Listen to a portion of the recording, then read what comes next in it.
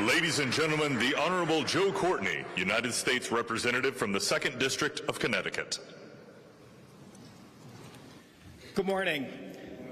Today we gather to honor what Winston Churchill called the gallant actions of the Brotherhood at Sea during World War II.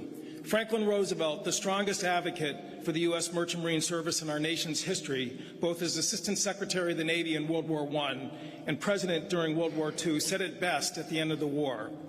The Merchant Marines delivered the goods when and where needed in every theater of operations and across every ocean in the biggest, most difficult and dangerous job ever undertaken.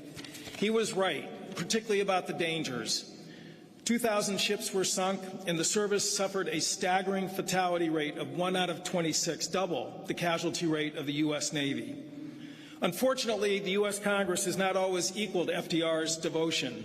In 1944, at the bill signing of the GI Bill, he castigated Congress for excluding the Merchant Marines from that benefit, a flaw that was never corrected. And it was not until 1988 that the Merchant Marine veterans were finally granted some VA benefits.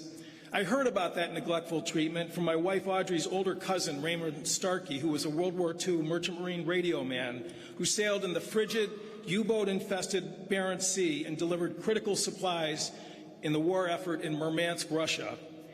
In 2013, in his obituary, Raymond, who served 23 years in the CIA after the war, pointedly noted that it was only the Soviet Union that awarded he and his shipmates commemorative medals for their service.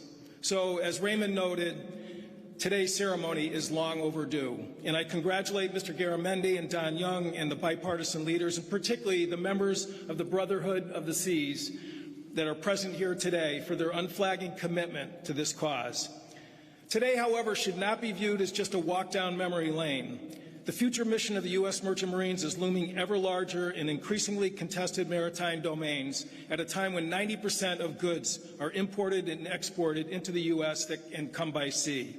With a new fleet of maritime training ships under construction at the Philly shipyard and new funding for the maritime and tanker security fleet, there will be much work to do for future generations of maritime officers and sailors. And it is for those men and women that the inspiring example of World War II mariners we honor today who delivered the goods is urgently relevant, and they cannot and should not ever be forgotten. Thank you.